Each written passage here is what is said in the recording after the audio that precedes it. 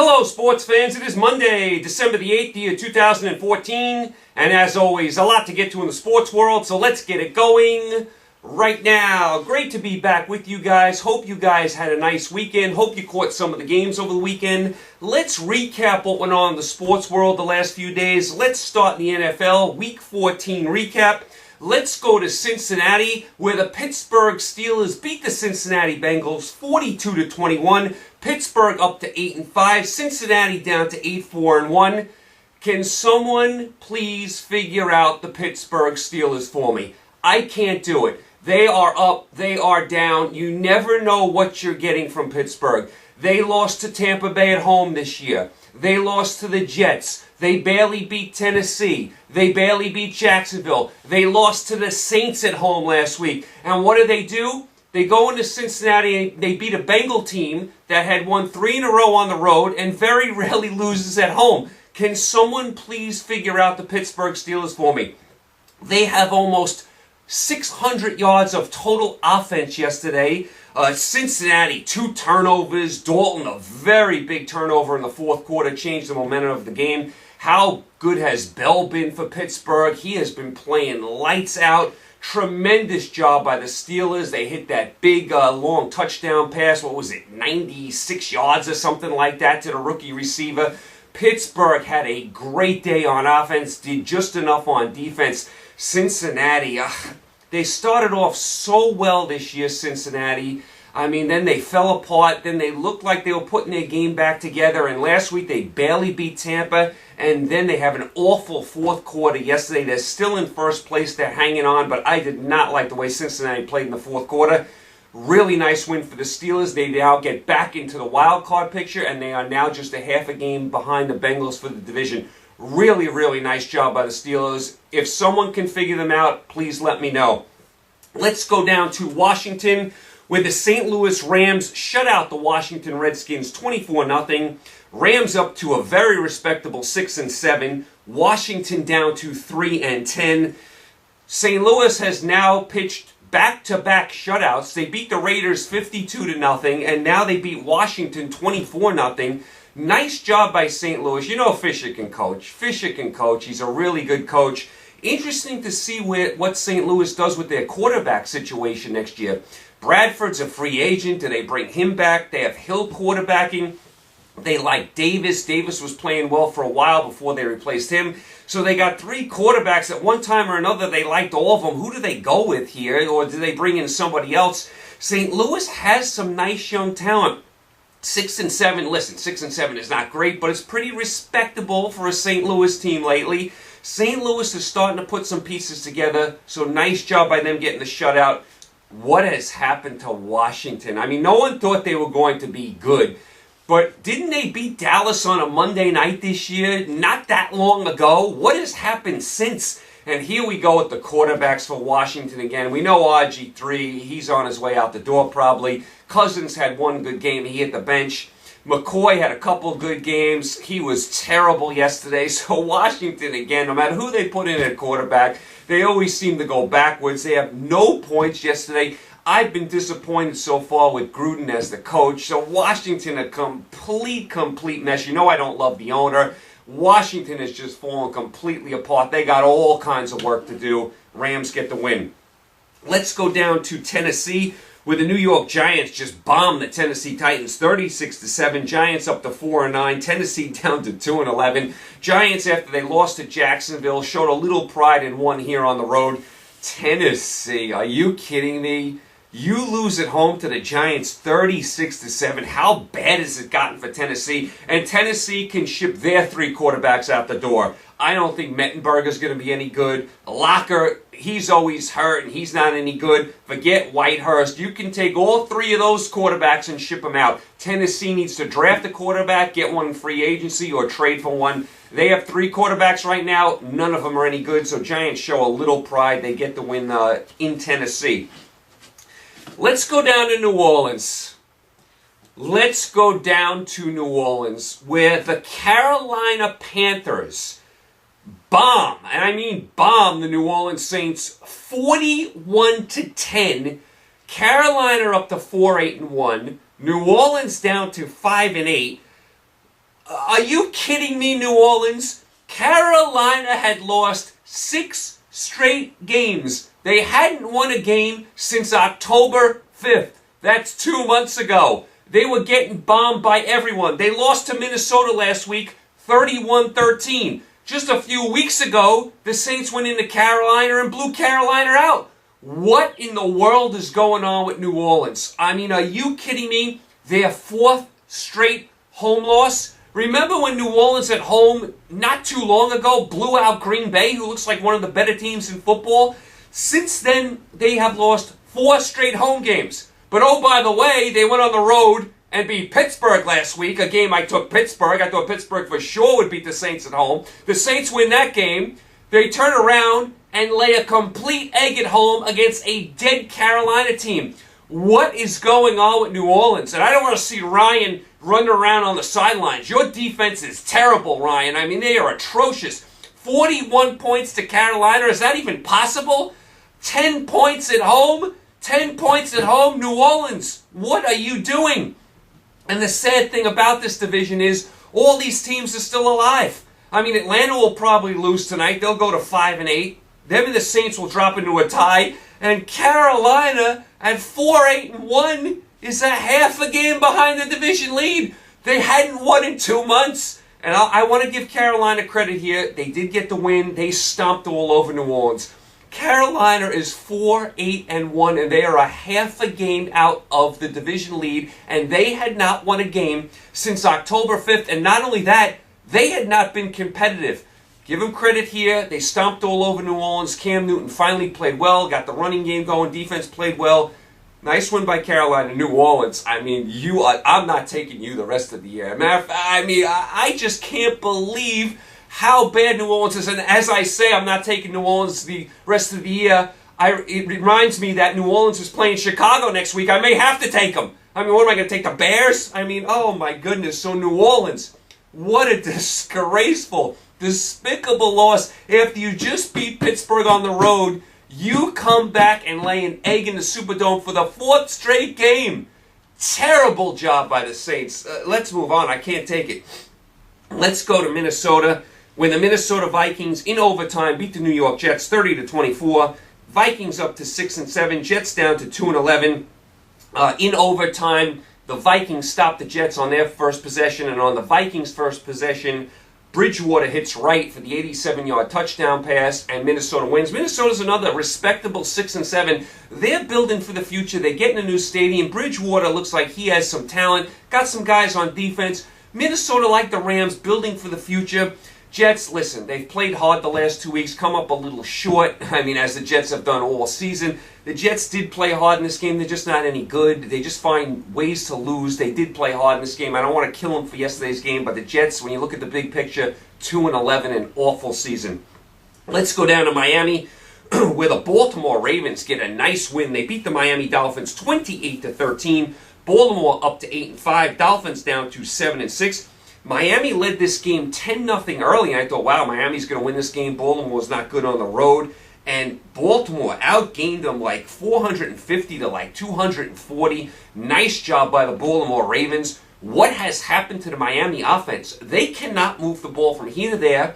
No big plays down the field. Isn't that why you got Mike Wallace to extend the field? They can't score at all. Remember, they were lucky to beat the Jets on Monday Night Football. Couldn't score in that game either. Dolphins, all kinds of issues on offense. And I know I'm belaboring this point.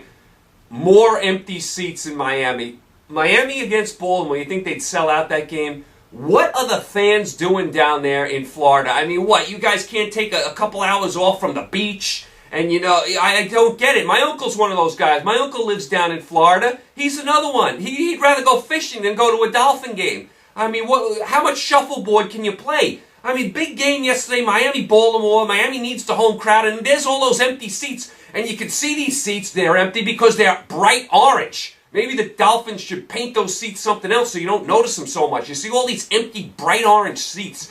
Bad job by the Dolphins. Bad job by their fans. Bad job by the offense. Nice win by Baltimore. All right, let's go to Cleveland, the Dog Pound. This was one of the games of the day where the Indianapolis Colts rally and beat the Cleveland Browns 25-24. Colts up to 9-4. Cleveland down to 7-6. This was a really nice game. First of all, the crowd in Cleveland was amazing yesterday. When that stadium gets going, it is electric. They were electric yesterday. This game was really hard fought. I'll tell you, the Colts had 4 turnovers. The Browns were running back defensive touchdowns. The Browns had a lead for most of this game. And what happens at the end of the game? Luck goes the length of the field. They get big catches, big conversions, 4th downs. They punch it in. Luck hits Hilton right at the end of the game. And the Colts hang on and win 25-24. Very nice win. Very nice come from behind win for the Colts. You know they're going to the playoffs. You know they're going to win the division. It's just a matter of the seeding. This was a heartbreaking loss for Cleveland. They led for most of this game. I didn't think Hoyer played well at all. Hoyer has tailed off. You can guarantee Manziel will be the quarterback next year and Hoyer will be gone. Hoyer will probably finish out this year, but Hoyer has not played well at all. After the Colts got the lead, Cleveland got the ball back with very little time left, and Hoyer actually launched a bomb down the field, and Gordon just missed catching a bomb. Would have put him in field goal range, so Cleveland had their chances. They played so hard, but you just had a feeling the Colts and Luck were going to go down the field and score with that game-winning drive, and they did. Colts get a nice win. Heartbreaking loss for Cleveland. Let's go to Detroit, where the Detroit Lions handled the Tampa Bay Buccaneers 34-17. Detroit up to 9-4. They're right there for the playoffs, right there for the division. Tampa Bay down to 2-11.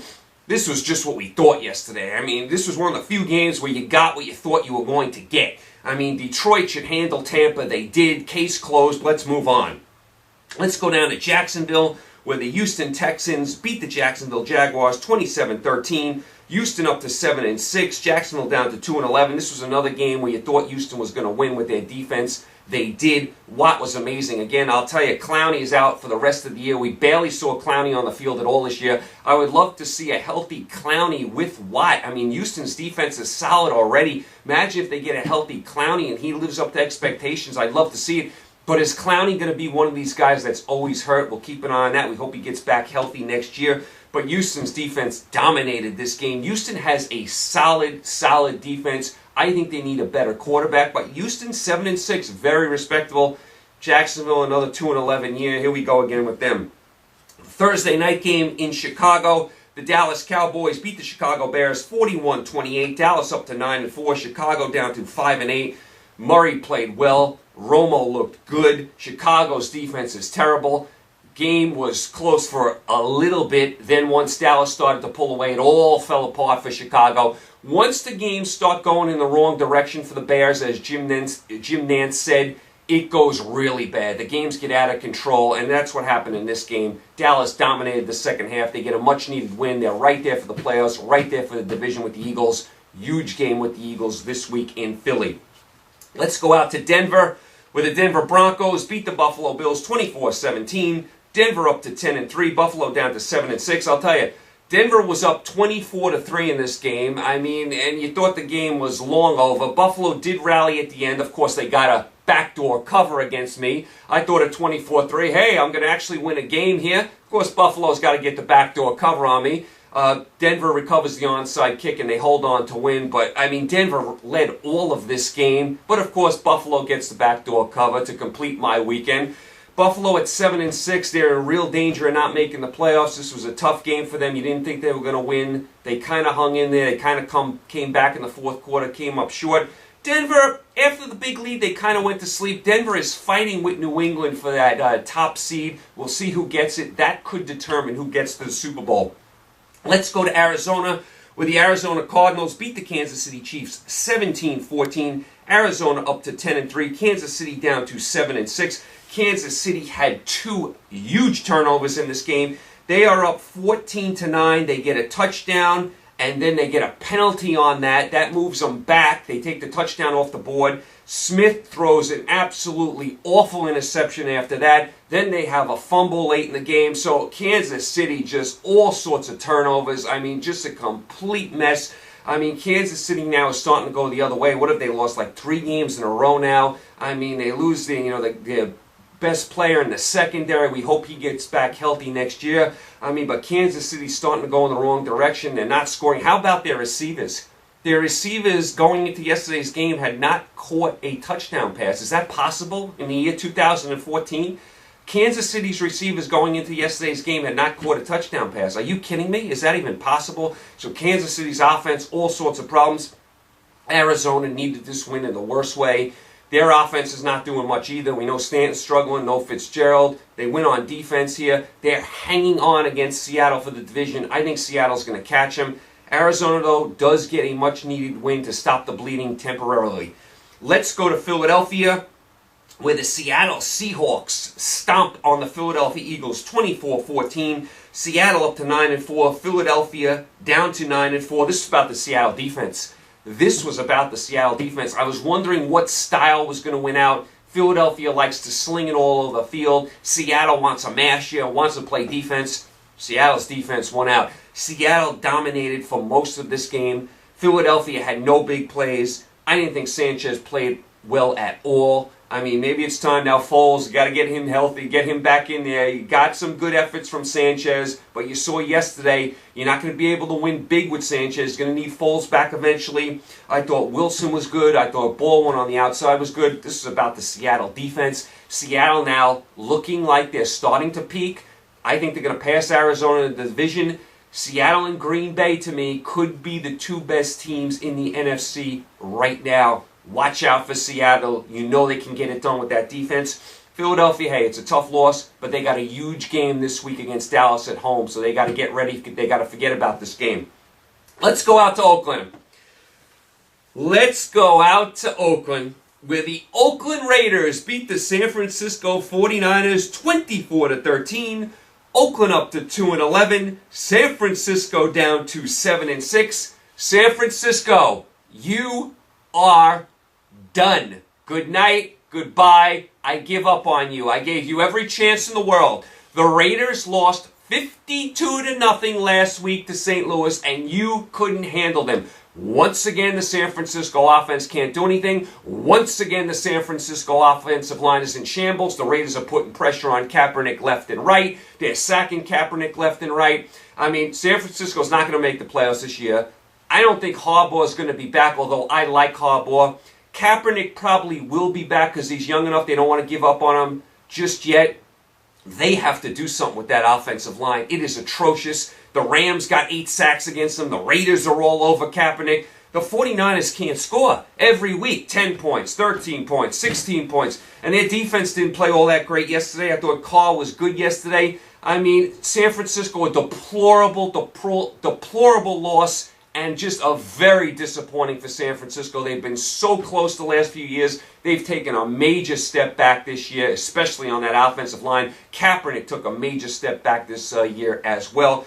Oakland, listen, give them credit. They've won 2 of the last 3. They beat Kansas City and they beat San Francisco. And in between that, they lost 52-0 to the Rams. Nice job by Oakland yesterday, though. All right, so let's go to the Sunday night game in San Diego, where the New England Patriots rally and beat the San Diego Chargers 23-14. New England up to 10-3. That's top spot in the AFC. San Diego down to 8-5. To me, this was a defensive game. I thought going into this game it would be a shootout. It was a defensive game. San Diego basically had 1 offensive touchdown. They ran back a defensive touchdown, so New England's defense played really well. I thought San Diego's defense is getting healthy. They are playing better, but there's only so much you could do. You can't keep New England contained the whole game. Eventually, Brady and New England started to move the ball. They pull away at the end, and they win 23-14. Like I said, New England top seed in the AFC. They have a very favorable schedule. I think New England will get top seed. That would be a very big advantage if they play Denver because they will get them at home. You saw what New England did to Denver at home already this year. San Diego, very, very, very tough loss. I mean, very tough loss for them. I mean, this was a very tough game for them to possibly win. San Diego still right there for the playoffs. They have a monster game against Denver next week. Of course, tonight you have Green Bay and Atlanta. As far as the playoff picture, real quick, as far as the AFC, as of right now, New England would be the 1, Denver the 2, Indiana the 3, Cincinnati the 4, Pittsburgh the 5, and San Diego would be the 6. That would be your playoff teams right now. Baltimore is sitting right there. They lose the tiebreakers right now. And then you have Miami, Cleveland, Kansas City, and Houston all at 7 and 6. They got to basically probably win out to get into the playoffs. As far as the NFC goes, right now Arizona clinging to the 1, Green Bay the 2, Philadelphia the 3. They have the big game with Dallas. Believe it or not, right now Atlanta is the 4, Seattle is the 5. They're starting to make a move. Detroit is the 6 right now. Dallas sitting right there for the wild card and the division. I would put San Francisco out of this now. And believe it or not, New Orleans and Carolina are still right there because of that awful, awful division. I still can't believe Carolina is a half a game out of first place. As far as my picks in the NFL, I have a losing week. My high water mark for the year was 19 games over 500. I have now dropped down to 14 games over 500. Starting this week, I am going to go back to picking every game in the NFL. My little strategy of picking and choosing worked the first couple of weeks. It is not working the last couple of weeks. If I would have picked every game yesterday, I would have had a winning week. I didn't, so I had a losing week. Of course, I had to lose on that backdoor cover with the Denver Broncos, who were up 24-3, couldn't hang on and cover the spread. 14 games over for the NFL. Not a pretty good year, but my high water mark is 19 over. I'd like to get to my high water mark. I'm going to start picking every NFL game the rest of the year. I'm going to pick, of course, all the playoff games. So pretty good in the NFL. Not this week, but overall, I can't complain. College football, a whole other story. We'll get to that in a second. As far as the college football over the weekend, listen. Alabama beat Missouri, Oregon beat Arizona, Florida State hung on to beat Georgia Tech, Ohio State just blasted Wisconsin. I was shocked by that score, 59-0. Baylor beat Kansas State, TCU routed Iowa State, and it came down to Alabama, Oregon, Florida State. They were all going to make the Final Four playoff. It came down to Ohio State, Baylor, and TCU. Who was going to go in? They picked Ohio State. I think they made the right choice. Baylor has a terrible non-conference schedule, and they don't play a Big 12 title game. That cost them in the end. TCU couldn't make it because they lost to Baylor. It was between Ohio State and Baylor. The way Ohio State looked with their third-string quarterback beating a red-hot Wisconsin team 59-0, you had to take Ohio State. Plus, they had a title game. The Big 12 did not. And Baylor's non-conference schedule was the worst in all of college football. That burned them right there. In case you're interested, I think they should have a Final 8 playoff. That's what I think they should have. So the Final 4 playoff will be Alabama against Ohio State in the Sugar Bowl, Oregon against Florida State in the Rose Bowl. The winners will meet in Dallas. Baylor ends up 5, TCU ends up 6. As far as the Final 8, if we did have a Final 8, the other two teams that would have probably made it would be Michigan State and Mississippi State. So that was your college football. As far as my college football picks, not good at all. Not good at all. I just had a complete disaster. I got out of character last week. I said Alabama was going to win last week. And what do? I try and get cute and say Missouri's going to win on a backdoor cover. That burns me. That burned me right there. I knew Alabama was going to win. I knew Oregon was going to win. I did the same thing in that game. Oh, Oregon's going to win, but maybe Arizona gets a backdoor cover. I've been losing on some backdoor covers lately, and sure enough, it burns me. I don't know. I got totally out of character last week. I should have taken Alabama. I thought they'd win. They did. I should have taken Oregon. I said they were going to win. They did. Why did I take Missouri? I've been down on Missouri all year. I haven't liked the SEC East. Got totally out of character last week.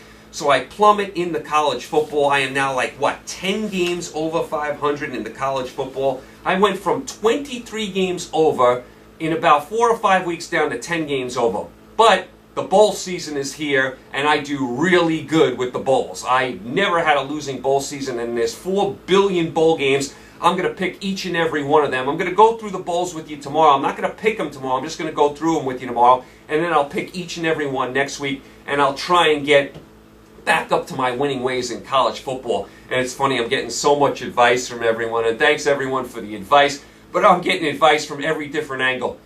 You're picking too many favorites. You're picking too many underdogs. You're picking too many road teams. You're picking too many home teams. You're picking, you should take the week off one week. You're watching too many games. You're listening to Brett Musburger too much. You're listening to Herb Street too much. You're watching College Game Day too much. So I'm getting advice from all different angles. I appreciate all the advice. I know you guys are trying to help. I am going to stick to my basics. My basics are, who do I think is going to win the game? That's where we will start from now on. Not who's going to get a backdoor cover. And one of my dad's friends picks the games with him, and he's great at picking these big underdogs, with the backdoor covers. Like, he'll pick in the NFL in 1 week, he'll pick Jacksonville and Tampa and Oakland and the Jets, and I'll be like, why are you picking all these bad teams? And when they all hit, he looks like a genius. But when they all don't hit, then you're sitting there saying, why did I take all these bad teams? And that's how I feel this week. I knew Alabama was going to beat Missouri, and I knew Oregon was going to beat Arizona, but I got cute, and I said, let me take a couple underdogs. Everyone's saying, I need to take a couple underdogs every week. I got cute, and it burned me. But I did say Alabama and Oregon were going to win. Give me at least a little credit for that. I need some sort of hope. So we'll get back to the college football tomorrow. I'll go through the bowl games with you, and next week I'll pick each and every bowl game. Hope to get back to my winning ways. Watched a little college basketball over the weekend. I watched Kentucky beat Texas from Lexington. Kentucky looks lights out good. Texas actually impressed me. They hung in the game with Kentucky before Kentucky pulled away at the end.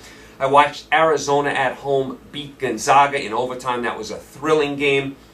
As far as the soccer in the MLS, and I know most of you guys don't like soccer, bear with me. LA beats New England in overtime in the MLS championship game. LA wins 2-1 in overtime. That's Landon Donovan's last game, so congratulations to the LA Galaxy, their fans, and Landon Donovan goes out a winner. And I would be remiss if I didn't say in the college women's championship game in soccer, Florida State beat Virginia, so congratulations to Florida State's women's team. And I know you guys don't like when I talk about soccer. When I talked about soccer during the World Cup last year, I got so much hate mail and stuff. Well, I'm warning you right now.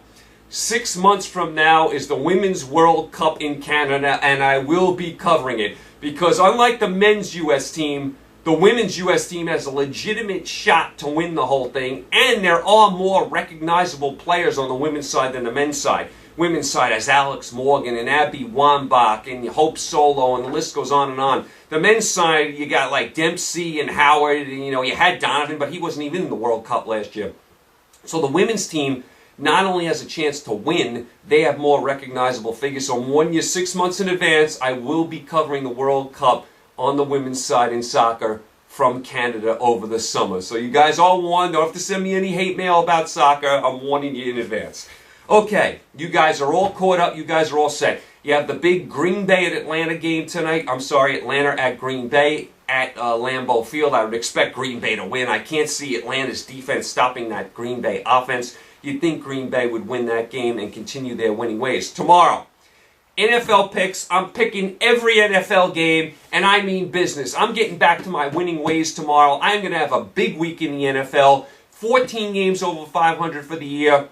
19 is my high watermark. I'm getting up and over that high watermark very shortly. I'm picking every NFL game here the rest of the year, including the playoffs. I'm also going to touch on all the bowl games tomorrow. I'm going to go through all the matchups, and then next week I will pick each and every bowl game as I have fallen completely apart in college football. Went from 23 over to 10 over in 4 weeks. That's almost impossible to do. I mean, terrible job by me.